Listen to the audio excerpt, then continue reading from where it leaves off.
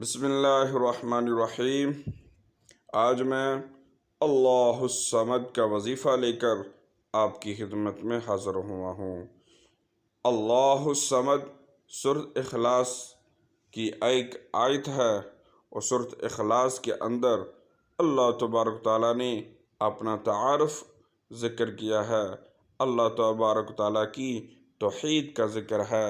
حدیث میں آتا ہے کہ جو شخص سورۃ اخلاص کو 3 دفعہ پڑھتا ہے اور اس کو کامل قرآن پاک پڑھنے کا ثواب اللہ تبارک تعالیٰ اس کو عطا فرما دیتے ہیں۔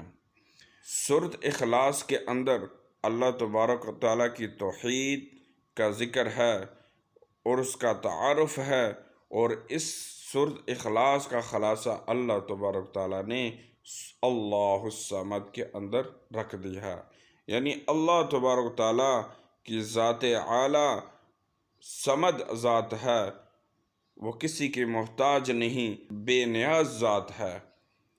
اور جو شخص اس کو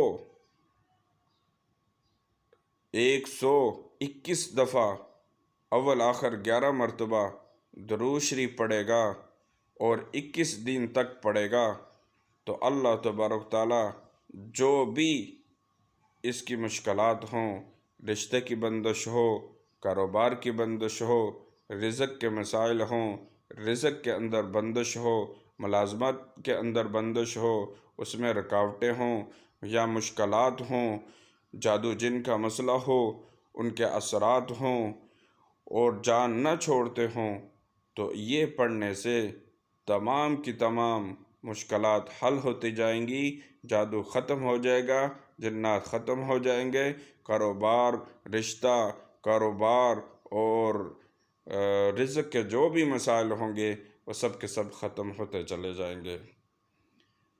ہمیں دعاؤں میں یاد رکھنا۔ اللہ حافظ۔